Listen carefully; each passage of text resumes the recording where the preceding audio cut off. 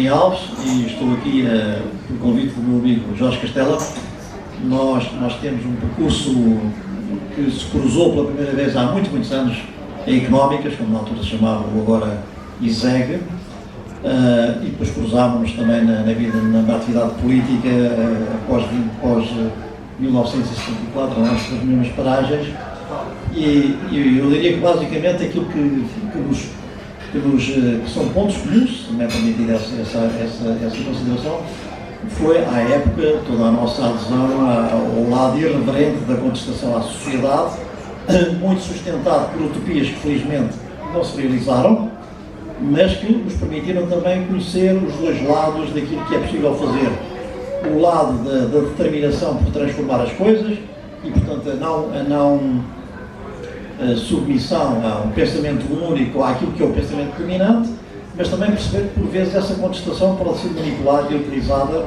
e no nosso caso, que estávamos muito ligados a partidos totalitários, deu para perceber por dentro aquilo que, na realidade, é a forma de funcionar das organizações totalitárias, sejam elas quais forem, aquilo que tem a ver com a manipulação da informação, a manipulação das mentes, o domínio de pequenas minorias que impõem a sua vontade por via dessa manipulação à maioria. Portanto, nós aprendemos um pouco tudo isso e aprendemos também, ao nível da linguagem, tudo aquilo que tem a ver com o que o Orwell falava do double speak, isto é, a utilização efetivamente manipulada da linguagem no sentido do aproveitamento transformacional. Na altura, nós combatimos muito o Partido Comunista, que considerávamos como social-fascista, e efetivamente o PC, como sempre aconteceu, e ainda hoje acontece, assumia-se sempre como o maior campeão da democracia, da liberdade e da abertura. E, aliás, uma notícia interessante, salvo ver na Nicarágua, em que, face à ameaça das eleições mais recentes de transformarem o domínio esquerdista dos países da América Latina, o Daniel Ortega decidiu acabar com as eleições e instituir os comitês do poder popular, portanto, dar o poder ao povo, e, portanto, essa manipulação é algo permanente, e eu julgo que o Jorge tem continuadamente lutado por combater e evitar exatamente essa manipulação de conceitos e de mentes. E ele é uma pessoa irreverente, muito mais do que eu sou, o simples facto de ele publicar imensas obras e, portanto, estar permanentemente, digamos, na linha da contestação ao pensamento dominante, dar essa característica. Mas eu julgo que no livro dele, na página 450 e 51, uma citação do Jaime Nogueira Pinto, que eu iria ler e que acho que diz muito daquilo que deve ser a atitude das mentes livres que esperemos que continuem a existir e que não se sobrem ao predomínio do pensamento único e tendencialmente totalitário. Diz ele o seguinte: num tempo em que o comentário político se fazia entre pensadores e a discussão era de facto substancial, estes três políticos, o católico utópico, o cristão humanista e o patriota realista, olhavam com curiosidade, inteligência e abertura de espírito a nova ordem da modernidade. E Moura e Maquiavel faziam também a partir de uma longa experiência de gestão dos negócios públicos. O Florentino como secretário da Sereníssima República de Florença, o inglês como alto funcionário da coroa e depois chanceler de Inglaterra, nomeado por Henrique VIII. Quando lemos os seus textos, ficamos agradavelmente surpreendidos com a ausência daquilo que hoje se tornou uma praga redutora do comentário político. A ânsia de aparecer bem, exibindo bons sentimentos, sinalizando o lado certo, professando o credo corrente e esconjurando os relapsos. Eu acho que este último parágrafo caracteriza aquilo que é muito dominante nos tempos atuais, que está nos antípodas do comportamento do Jorge, e, portanto, nós, efetivamente, viemos numa época em que, a pretexto de muitos dogmas em várias áreas, na área do clima, da energia, da sustentabilidade, da inclusão, se tenta impor um pensamento único em que alguém que pense de forma diferente e conteste aquilo que é o ruling dominante nos governos e nas organizações internacionais globais, é considerado como negacionista, é visto como alguém que não segue os sãos e reais princípios corretos que são estabelecidos daquilo que o Jorge chamou o político. Este livro é um livro bastante amplo. Eu diria que, independentemente da opinião que se tenha sobre o livro,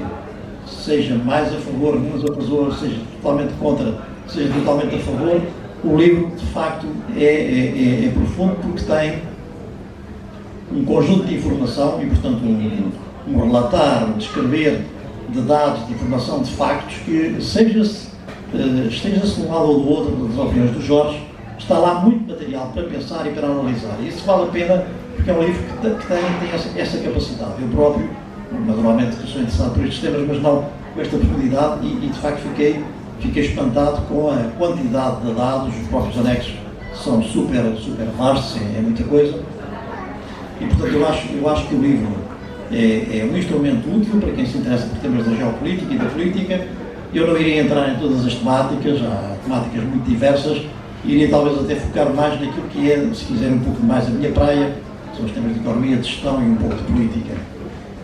E o livro caracteriza alguns aspectos que eu acho que são de facto críticos no momento atual na Europa, nomeadamente o tema da tendência cada vez mais estatizante, no pior sentido do termo, que caracteriza particularmente a União Europeia. O livro cita na página 10 e 11 logo Vladimir Bukovsky, exatamente a pretexto disso. Ele refere que a forma de governar de Bruxelas faz lembrar muito a forma como Moscovo governava nos tempos socialistas. E isso fez-me lembrar, nomeadamente, de uma temática interessante que já ninguém se lembra, foi a famosa Estratégia de Lisboa, que foi aprovada numa reunião do Conselho Europeu no início dos anos 2000, penso eu, e que tinha como objetivo central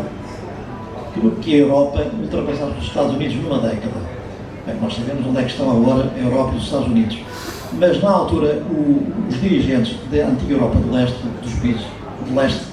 ao verem o famoso plano de Bruxelas, da Estratégia de Lisboa, comentavam, de alguma forma irónica, da seguinte forma: bem, isto parece o nosso plano. O nosso plano era o grande plano comunista soviético, que estabelecia as métricas todas brilhantes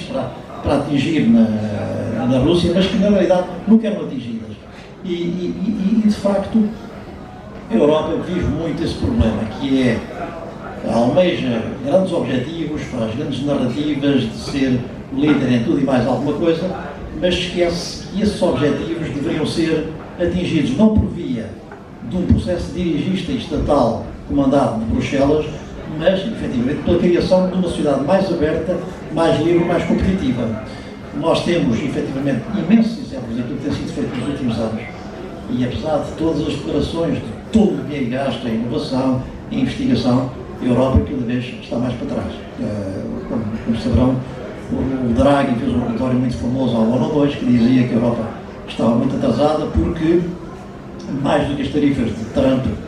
o custo associado à regulação europeia na indústria e nos serviços atingia o equivalente, no caso da indústria, a 45% de uma tarifa e, no caso dos serviços, equivalente a 100% de uma tarifa. Tudo induzido pelos mecanismos internos da própria União Europeia. Ou seja, os grandes problemas europeus estão na forma como a Europa é governada e dirigida e na ineficiência que essa forma de gerir, que é uma forma muito socialista, muito orientada para o estatismo, a regulação e o controle a partir do centro, conduz. Eu tive um governo em 2013 e na altura estava em discussão uma coisa que era a diretiva REACH. A diretiva REACH era uma diretiva que pretendia impor a toda a indústria química europeia a criação de bases de dados super completas que identificassem para cada produto produzido na Europa todos os componentes de cada produto. E a indústria química na altura dizia: bem, essa imposição que se pretende aprovar vai ser catastrófica para a indústria química europeia. O tema foi discutido durante vários anos, até que finalmente, de facto, Bruxelas conseguiu impor a famosa diretiva REACH, supostamente, e proteger-nos a todos dos males da química, dos químicos. O resultado de tudo isso, passado 20 anos, efetivamente, 23 anos, é que a indústria química na Europa praticamente desapareceu. Mas nós continuamos a consumir produtos químicos, derivados dos químicos. A única diferença é que a indústria está cá, passou a estar nos Estados Unidos, na Ásia e na África do Norte. E esse é crescentemente o problema que nós temos na Europa. Podemos continuar por aí e, portanto, eu diria que o livro fala muito do colapso do político de Bruxelas. A expressão parece muito forte, mas na realidade essas expressões são úteis para fazer acordar as pessoas, porque há na realidade uma forma de atuar de Bruxelas que é catastrófica em termos de longo prazo para todo o nosso estudo. o caso da energia é um outro caso evidente. Nós temos, começar pela Alemanha, opções de política energética totalmente suicidárias. Acabou-se com a indústria nuclear na Alemanha, proibiu-se o carvão, praticamente eliminou-se a indústria fóssil, mas havia uma pequena saída atrás das cortinas para a Alemanha, que era o negócio com os combustíveis russos. Portanto, a Alemanha era supostamente campeã das opções de energia supostamente verde, mas tinha um encobrimento que lhe dava essa capacidade de pseudo-campeã, que era comprar o gás natural barato à Rússia. Obviamente que isso acabou, portanto, veio à superfície a grande falência dessas opções, que neste momento estão a ser pagas de forma catastrófica pela Alemanha, mas pela Europa no conjunto, que é toda a indústria automóvel estar em declínio acelerado, exatamente porque o custo da energia, de um momento para o outro, aumentou por um fator de 3, 4, 5, 6 vezes, exatamente porque passou a haver uma dependência brutal, por um lado, de energia eficiente produzida por fontes renováveis, de forma descontrolada e excessiva, por outro lado, pela necessidade de importar combustíveis de outras zonas, particularmente dos Estados Unidos. De tal maneira, neste momento, importa gás natural, carvão em grande quantidade, e portanto temos a Alemanha, mercê das opções de política europeia da Europa, a ser neste momento a maior emitente de CO2 da Europa Ocidental, exatamente porque teve de recorrer à indústria, ao carvão, para produzir energia, exatamente porque aboliu a energia nuclear. E tudo isso revela uma grande falta de visão e, acima de tudo, eu diria, uma atitude de desprezo pelos interesses dos cidadãos, porque as consequências que estas decisões de política têm são, inevitavelmente, sobre os cidadãos. Neste momento a Europa está, efetivamente, a atrasar-se rapidamente em relação ao resto do mundo, a começar pelos Estados Unidos, e isso tem consequências no desenvolvimento e no nível de vida de todos nós. Não avanço mais, porque penso que a palavra está realmente do Jorge. Acho que o livro do Jorge tem muita coisa, ele fala de muitos temas, nomeadamente os temas da ilusão que se criou do soft power europeu. A certa altura a Europa achava que só pelas palavras conseguia impor o soft power, mas mais aí uma vez havia um grande cinismo nessa opção. O soft power funcionava com as costas garantidas pelos americanos. Portanto, eu criticando os americanos, e ao mesmo tempo afirmavam que agora não havia mais necessidade de guerra, porque o soft power é que era o futuro. Viu-se muito tempo. A nova ordem internacional é um tema bastante debatido e eu acho que isso vale a pena olhar, porque na realidade nós estamos neste momento a viver, para o bem e para o mal, aquilo que é o fim inevitável da ordem instituída no pós-guerra. Portanto, todas as instituições, todas as regras, todos os conceitos são em larga medida eliminados naquilo que são conceitos temporários e voltamos à grande política, à geoestratégia, aos grandes conceitos do poder, do domínio, dos interesses estratégicos de blocos, em que se tem que ter isso em conta para viver. Portanto, quem não pensa nisso fica de facto refém de uma ilusão e, inevitavelmente, perderá a sua relevância ao nível do mundo futuro. E a Europa tem esse dilema, que é tem dirigentes que são muito maus, não têm opções de política inteligentes e de longo prazo e não têm força, nomeadamente, particularmente, a força militar. No meio de tudo isto, evidentemente, o cenário não é muito positivo, mas eu diria que se nós olharmos historicamente, eu costumo sempre dizer, a União Soviética durou 70 anos, com uma ditadura férrea, totalitária, com a proibição da religião, com a perseguição a tudo, e quando o comunismo acabou, nós percebemos que o ADN dos russos, a sua religião, o seu passado cultural, ressurgiram. Quer dizer, dá a impressão que há efetivamente uma força intrínseca às nações e aos povos que resiste muito para além daquilo que é a espuma temporária do domínio das estruturas políticas.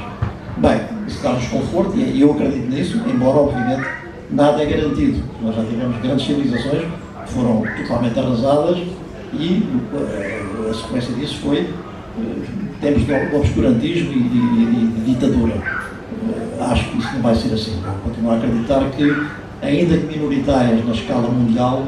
as forças que lutam pela democracia, pela abertura, pelo iluminismo, pelos princípios da nossa civilização, que por mais que a critiquem, foi a civilização até hoje mais avançada, que deu mais liberdade a toda a gente, mais nível de vida a toda a gente e maior tolerância em todo o mundo. eu acredito que esses princípios, pela força que têm e pelo desejo que os povos têm de viver assim, acabarão por prevalecer. Portanto, parabéns ao livro, porque eu acho que o livro ajuda exatamente a uma discussão mais profunda daquilo que são dogmas atualmente dominantes, sem grande substância no dia-a-dia dos mídias, que são cada vez mais fracos e limitados.